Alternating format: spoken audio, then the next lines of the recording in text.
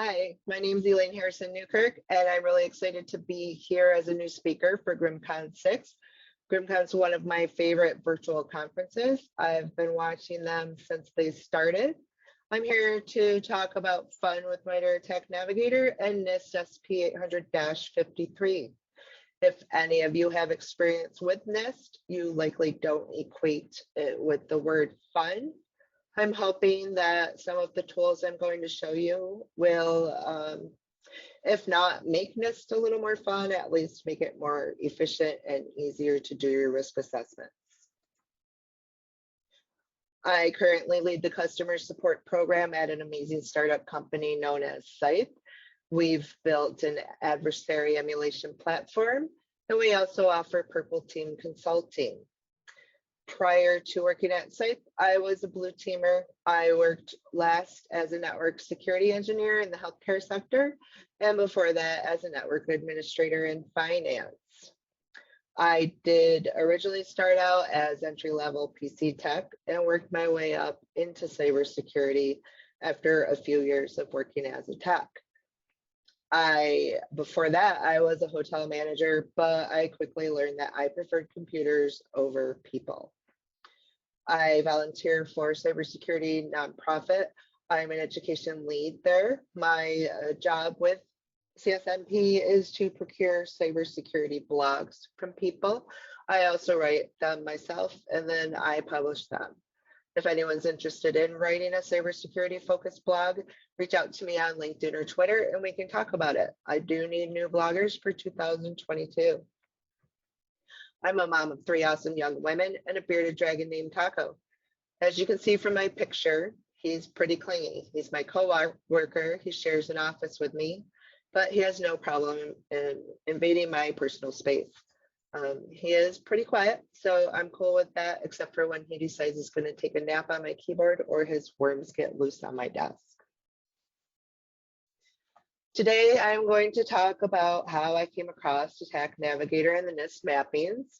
I'm also going to talk about MITRE ATT&CK Navigator, and NIST SP 800-53 and what they are. And lastly, I'll talk a little bit about how defenders or the blue teamers can use these tools to their advantage. I'm hoping this won't be another boring slideshow. I'm going to try really hard not to read off the slides, although I probably will read some word for word. I do have a live demo planned. I did make my sacrifice to the demo gods earlier today. I left them some Twinkies on the table with a glass of milk. So hopefully they will see me in their favor and not burn down my demo. When I started working at Scythe back in March, I was tasked with learning how to use the adversary emulation platform because I needed to be able to support our customers. So as I was creating campaigns and utilizing the features, I noticed in the reporting there were NIST 800-53 summaries available to be used with ATT&CK Navigator in JSON form. I didn't really know what a JSON file was. I had heard of them, but never used them. And I had also heard of ATT&CK Navigator, but didn't have a lot of information on that. So I got on Google and did some research and reading. And then I tested out the site summaries in ATT&CK Navigator. As I was using ATT&CK Navigator with the summaries and customizing them and trying out all of the features, I had started wishing that I had known about this previously when I worked in healthcare as a network security engineer. It would have made my life a lot easier to have that tool and all that information at my fingertips. So I thought it was so cool, and I thought that it would be great if I could share this with other people who maybe didn't know about it either. And I wrote a 2-part blog for cybersecurity nonprofit. I also wrote more of a Scythe-centered blog for Scythe for our customers. MITRE ATT&CK is a free and open source collaboration. Red and blue teams globally collect information and submit it to MITRE. This is a knowledge base that contains adversary groups, their tactics and techniques and software that they're known to use, as well as mitigations that are known to work with those techniques. The MITRE ATT&CK framework focuses on enterprise, mobile device, and industrial control systems, or ICS. You can see on the MITRE ATT&CK homepage, there's already a lot of information right here on the first page. You can click on these links and the different techniques to get more information about those. There's also headers here at the top, so you can drill down into whatever information you're looking for. Let's say we want to look at a group, a particular group that we've been reading about that maybe is targeting us, let's say APT 41. So on the APT 41 group page, there's a little blurb about the group. It also notes associated groups when the page was created and when it was last updated. You have a section here for associated groups and their descriptions. So this will take you to the Wicked Panda page. You have the techniques that are used by the groups.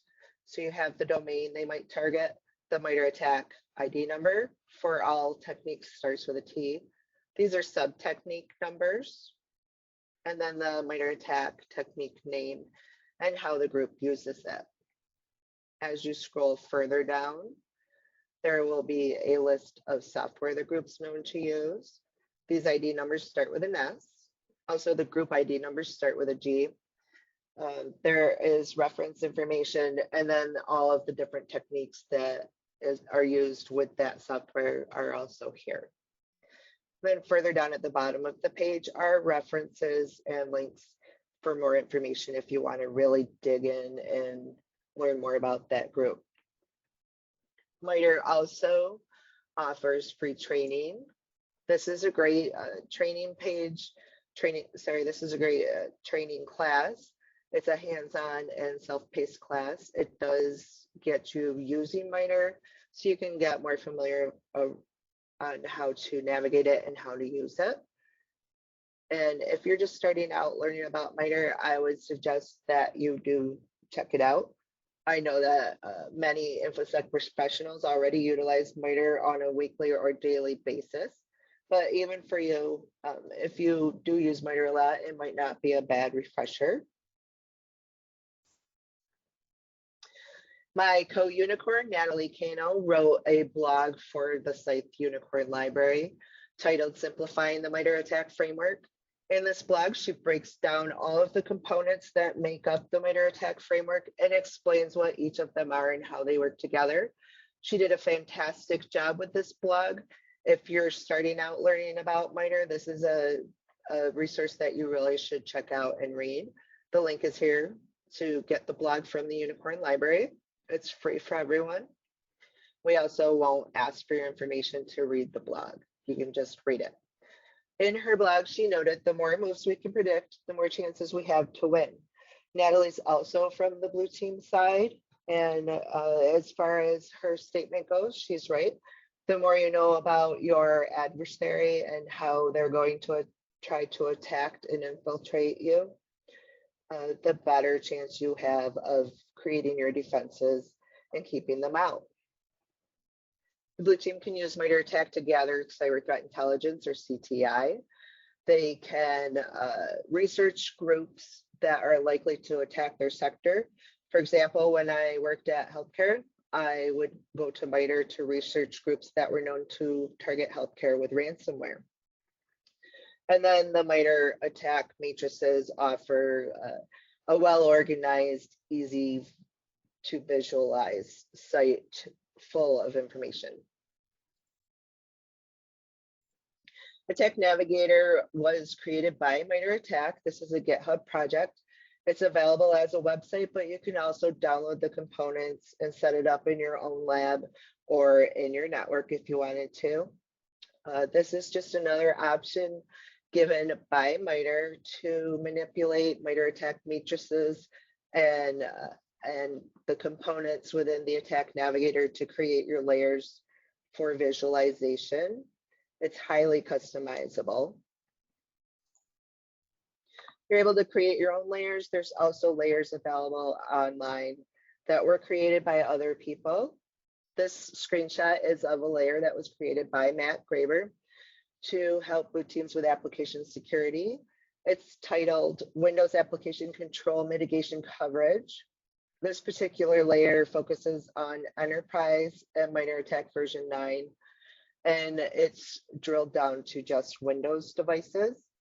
The legend shows that the red techniques have no mitigations tied to them, where the darker green techniques have the most security controls and mitigations tied to them.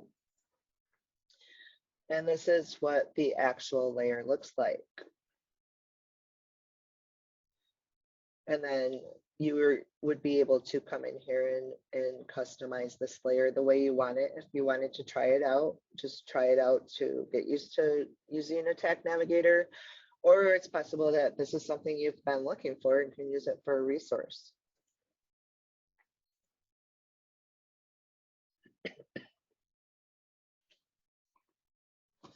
NIST Special Publication 800-53, Security and Privacy Controls for Information Systems and Organizations.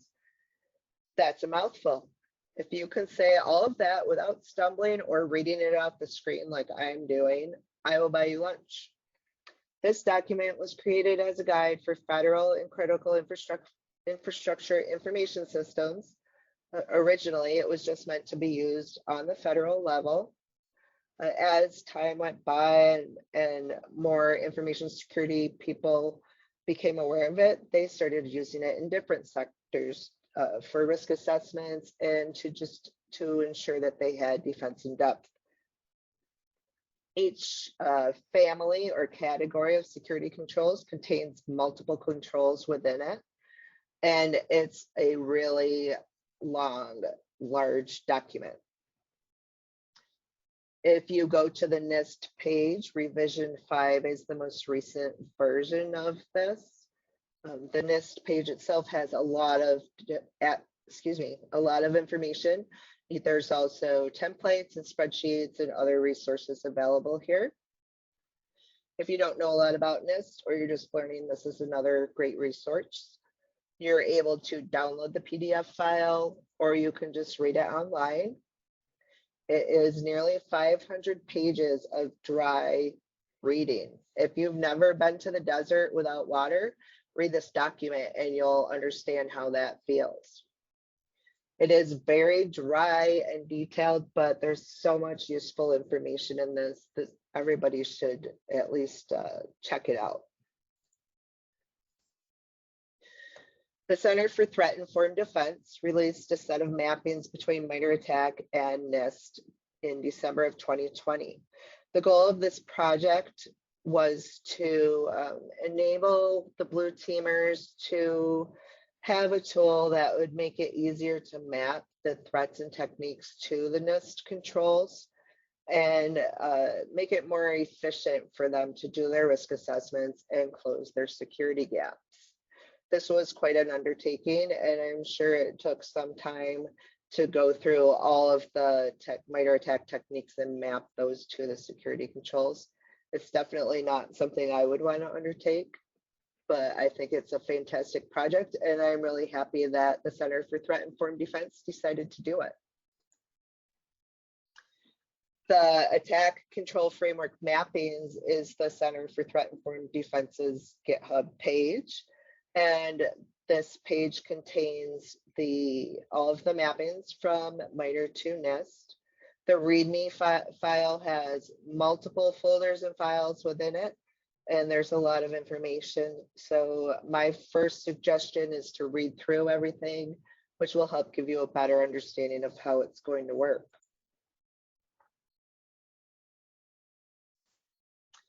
This is what the GitHub page looks like. As you can see, there's multiple folders here. This is the frameworks folder, which is where all of the layers are housed. And then down here, there's different repository contents pages. We're going to focus on the use cases. There's several use cases here that can be used by blue teamers. It's possible that the blue team already has a scenario similar to this, or they're trying to just come up with scenarios and need a little bit of a push. We're going to focus on scenario number 4. We are going to look to determine what security controls can be used to mitigate techniques used by a specific group. There's also an option in the README to download a spreadsheet of the NIST to MITRE mappings in an Excel format. This spreadsheet's another great resource. It has all of the security controls and which are mapped to which techniques. It is a lot of information, but I think it's really great for a quick reference. You'll see there's a control ID here for the NIST security control, the security control name, the mapping type, the MITRE ATT&CK technique ID, and then the MITRE ATT&CK technique name. Let's say that you're looking at a layer and you see that there's a specific technique that maps to AC-16. Unless you have all of these NIST control IDs and control names memorized, you're not going to know what that is. If you do have these all memorized, you deserve a medal or at least a trophy. So you could look up the AC-16 on here and see that it is the security and privacy attributes control.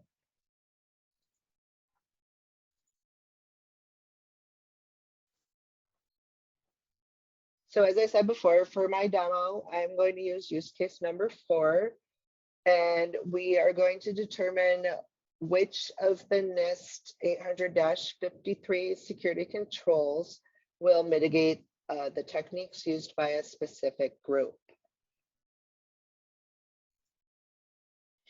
The first step is going to be to open the layer. So we're going to go, well, I actually have already downloaded the layer, but if I hadn't, we would go to the frameworks folder on the ATT&CK mappings GitHub page. And then we would go to ATT&CK version 9 and download the NIST 800-53 R5 overview layer. That will download as a JSON file. And then we would open it up in the ATT&CK Navigator. Each family within the GitHub page does contain multiple overview and mapping layers. There's a lot of them. So you can layer upon layer within the ATT&CK Navigator. It would take some practice, I think, but depending on what your scope is, you might find that useful as well. The next step is to customize the layer for the threat group. So once the layer's been open, I'm going to go to the selection controls, and then I am going to select the threat group. I've decided to use Chimera as my threat group because I like the name. Once the threat group's been checked or selected, the techniques that are known to be used by the threat group will change to be outlined in a black border. They're not that easy to see. They're really hard to pick out from just the white non-bordered ones. So I'm going to choose background color to make them easier to see right away. And then after that, I'm going to filter my platform down to just Windows. We'll say that I work in a Windows shop, and right now I'm just concerned with seeing what techniques this group's going to potentially use to come after my Windows devices. So here's an example of how my layer would look. As I said, I'm going to select the threat group Chimera. My background color is going to be purple. Elaine, why would you use purple? I don't know. I work for a purple team company. My hair's purple, and it's also my favorite color, which is why Scythe hired me. And then the platform will be Windows. So the purple techniques, the purple boxes in this example, are all techniques used by Chimera when attacking Windows devices. When you hover over each technique, there's a little pop-up box that shows. It will show you the MITRE ATT&CK title, the technique title, the ID number. So this is T1047. The score. The score is the number of possible mitigation controls that would apply to that technique. And then the list of the NIST security controls is noted below that. So now we're going to give thanks to the demo gods and hope that this goes smoothly. First thing I'm going to do is go to ATT&CK Navigator and open an existing layer and upload from local because I already saved my overview layer.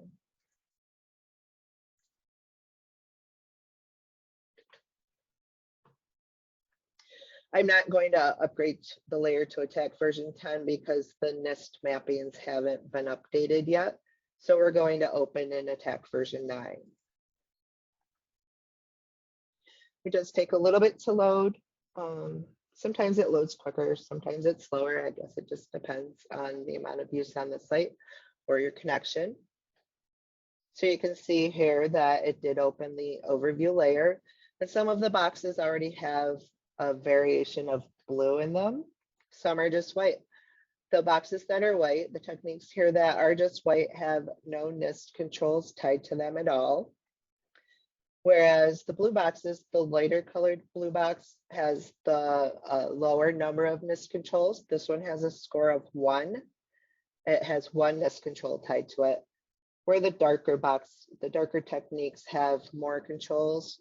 This one has 24, and then there's 24 NIST controls noted in the comments. First thing I'm going to do is select my threat group. So I'm going to go to the little magnifying glass under selection controls. Then the sidebar will open. You can see here that you have techniques to choose from, threat groups, software, and mitigations. You can mix and match. You don't have to select just one item. Again, it really depends on what your scope and focus are. I'm searching for Chimera because I already know that I'm selecting just a threat group. Now, if you look here on these white boxes, these are probably the easiest ones to see when they become outlined in black. When I select the Chimera, some of these are outlined in black. Again, still not that easy to see. If I hadn't told you about it, you may not have noticed. I didn't notice the first couple times that I used them. So the next step, I'm going to select my background color. Conveniently, they have a purple that matches my hair. Now you can see the techniques used by Chimera much easier. They just pop right out. Next step is to filter down to just the Windows platform. All of the platforms are selected. There's Linux, Mac, Windows, Azure, Office, SAS, Google Workspace, Docker. There's a lot of choices here. Again, for this example, we're just going to drill down to Windows. As I deselect these other options, you'll see that the number of techniques decreases. Now we're looking at techniques used by Chimera that are targeted toward Windows. Sorry, sometimes it is slow, like I said. The ones with the yellow underline do have NIST controls tied to them, where the ones that don't have a yellow underline have no NIST controls. My suggestion would be if there are a lot of techniques showing up that have no NIST controls tied to them, that you investigate these techniques, gather a lot more information on them, maybe what processes are used, what kind of logs are generated, and then tweak your security tools to detect, alert, and even block, because there's not really any other way to mitigate those right now. You want to make sure you know that these activities are going on in your network. There's also an option here to expand so you can see the sub techniques. And this is more than likely something that you're going to want to do if you're working on a project and really digging in. And then there's other controls as well. There's a way to add comments. You can change scores. You can really customize this to your needs. So one thing I do want to point out is that this is web-based. So make sure you download your layer as a JSON file when you're done tweaking the layer and customizing it. The last thing you want to do is spend a couple hours working on this and then close the web page and lose it all. So be sure you download it before you're done. There's also an option to download as a spreadsheet, as an Excel file. This is kind of cool. It opens as the layer.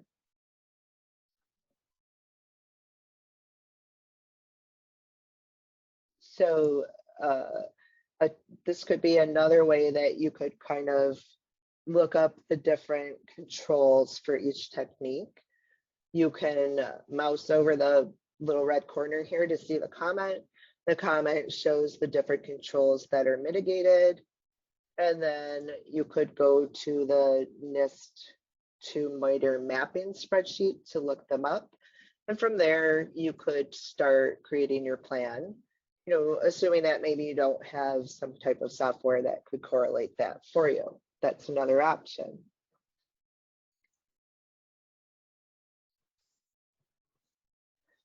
I do want to thank the demo guys for being kind to me and not harassing me this time. I'm sure they'll make up for it next time. So I'm hoping that I've shown you some of the ways that the ATT&CK Navigator and NIST mappings can benefit the blue team. Again, you can, as a blue teamer, you can use the information to review the NIST controls for each technique identified, or even just learn more about what techniques are going to be used by which groups. Again, I did state previously that this can be customized. You can add scores to prioritize the higher risk gaps. Like you could add a score and a comment to a technique that is a really high risk that you don't have a control in place for. And then the techniques that you already have controls in place for, you could add scores or change the color or add notes to that as well. This tool is going to help you to identify security gaps. And when you know what the gaps are, you can also identify what tools you might already have available to mitigate those gaps. We talked about,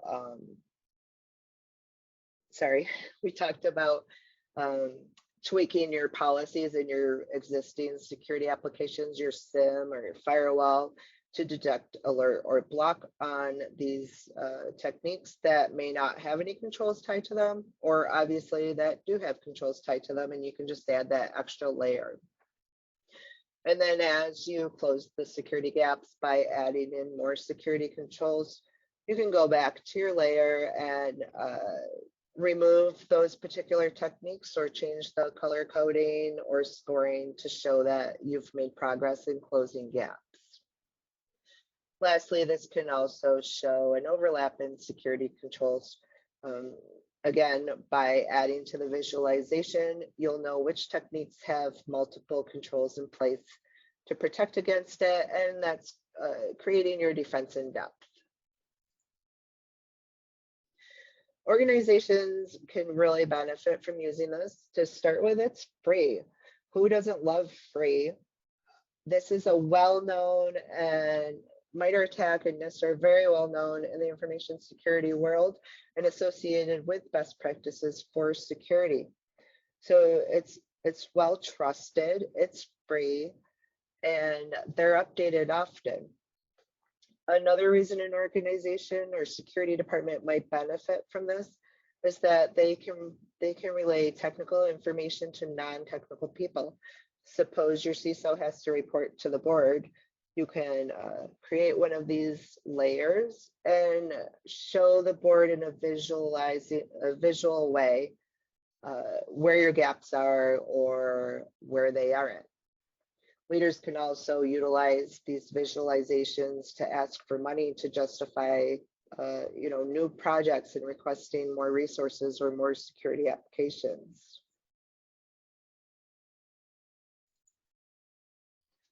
I've included the links to my 2-part blog series. I'm hoping that you did find this to be an interesting talk and you might want to pursue utilizing the tools.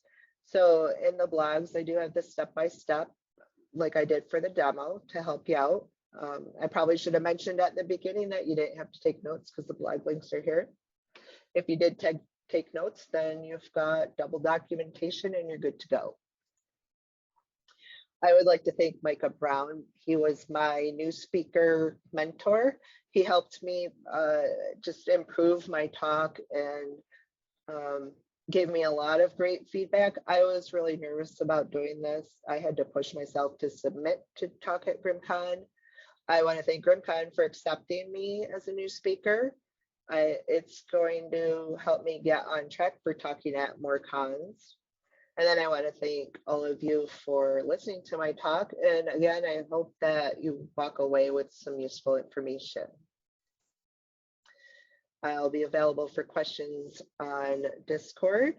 Also, you can hit me up on social media, on LinkedIn or Twitter, and connect with me if you want to hang out with a cool unicorn.